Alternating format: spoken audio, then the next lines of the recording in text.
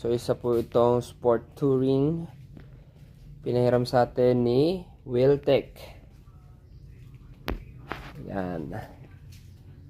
Sound check natin siya. So dati na po natin itong ginagamit, pinapahiram sa atin ni Wiltec. May review tayo nito. Yan.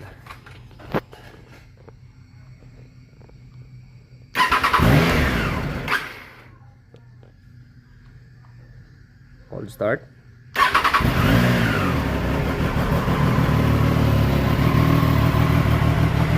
Wow! Sakay ka?